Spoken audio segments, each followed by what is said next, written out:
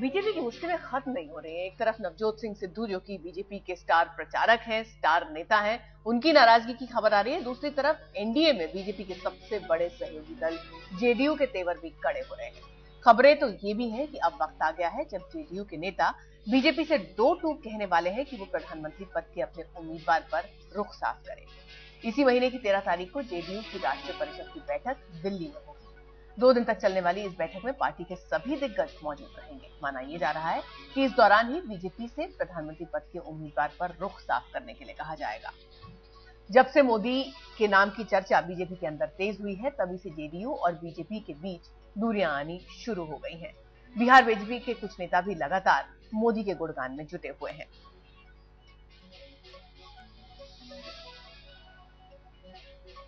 कहा यह भी जाता है कि नीतीश भी मोदी को एक प्रतिद्वंदी के तौर पर देखते हैं। इसीलिए अब जब जेडीयू की राष्ट्रीय परिषद की बैठक होगी, तब हो सकता है जेडीयू बीजेपी से साफ तौर पर इस बारे में जवाब मांग दे। जेडीयू के नेता अली अनवर इस पूरे मुद्दे पर क्या बोल रहे हैं, आइए सुनते हैं। हम लोग पहले भी कई बार कह चुके हैं कि ये फायदा नुकसान की बात नहीं है, सवाल देश की जनता का है। देश की जनता को ये समझना चाहिए कि भाई कौन आदमी प्राइम मिनिस्टर का कैंडिडेट होगा, उसके बारे में वो अपनी राय बनाएंगे। मौका मिलना चाहिए जनता को। अल्टीमेटली तो जनता के लिए ही, देश के लिए ही ना सब कुछ हो रहा है। पार्टियां भी जो कुछ करती हैं वो उसका अप्रूवल और उसकी मुहर तो उनके फैसलों पर जनता की लगेगी, तभी वो पक्की होगी बात। इस वक्त क्योंकि बहुत कम वक्त 2014 के चुनावों के लिए बचा है, इसीलिए कोशिश ये भी हो रही है कि जितने गठबंधन है कम से कम उनको बचाकर रखा जाए। और ऐसे में जब ये बातें लगातार बार बार उठ रही हैं कि शायद नरेंद्र मोदी बीजेपी की तरफ से 2014 के लिए प्रधानमंत्री पद के उम्मीदवार हो, तो जेडीयू इस मामले में बात साफ चाहती है, क्योंकि कहीं ना कहीं नीतीश को भी इस पद की दौड़ में एक दावेदार समझा जाता है। बहरहाल जेडीयू के अध्यक्ष इस बात से इनकार कर रहे हैं कि बीजेपी और जेडीयू में किसी भी चीज को लेकर कोई दरार है। प्रधानमंत्री कैंडिडेट का नाम नहीं डिक्लेयर किया, जबकि 2009 में जो चुनाव हुए थे उससे पहले 2007 में डिक्लेयर कर दिया गया था। क्या अब आप लोग दबाव बनाने वाले हैं कि डिक्लेयर किया जाए? नहीं, अभी तो नेशनल एग्जीक्यूटिव होने वाली, उसके पहले कोई सवाल ही नहीं। मतलब ये क्योंकि बार बार जो है मोदी जी का नाम नहीं, वो क्या, उससे कोई वास्ता हमारा नहीं। अभी तो राष्ट्रीय समिति हो रही, उसमें प्रस्ताव बनेंगे, ये बनेंगे वो बनेंगे, उसकी तैयारी कर रहे हैं। बेसिकली ये है कि इस समिति की बैठक में ये फाइनल होगा कि आप लोगों का क्या रुख है। नहीं, ये भी कैसे कर सकते, ये भी बोल नहीं सकते।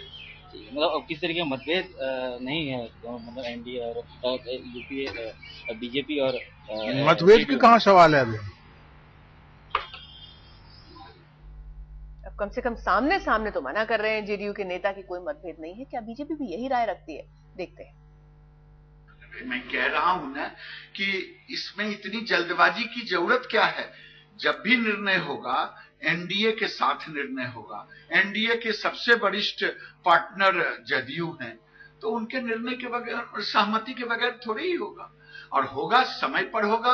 अभी तो कांग्रेस ने न अपने मौनी बाबा रहेंगे कि उनके युवराज रहेंगे, कौन रहेंगे वो भी घोषित नहीं हुआ है, न तिथि की घोषणा हुई है। मुलायम सिंह अभी पैतरा ही दे रहे हैं। ये सब तो जब समय आएगा तो हो जाएगा। और इस खींचतान पर कांग्रेस चुटकी लेने से बाज नहीं आ रही है। कांग्रेस प्रवक्ता मनीष तिवारी ने क्या कहा, वो भी सुनिए। इस देश में राजनीति में जो बुनियादी ध्रुवीकरण है वो धर्मनिरपेक्ष और सांप्रदायिक ताकतों के बीच में है। किस तरह के भारत की हम कल्पना करते हैं, ये मूलभूत बुनियादी फर्क है भारत की राजनीति में। और अब ये जो आवाजें हैं, ये राष्ट्रीय लोकतांत्रिक गठबंधन एनडीए के बीच में से भी आनी शुरू हो गई है। और ये बेहतर रहेगा कि एनडीए के जो बाकी घटक दल हैं वो भी इस बात को साफ करें कि क्या वो धर्मनिरपेक्षता में विश्वास रखते हैं कि वो सांप्रदायिक राजनीति का साथ देंगे।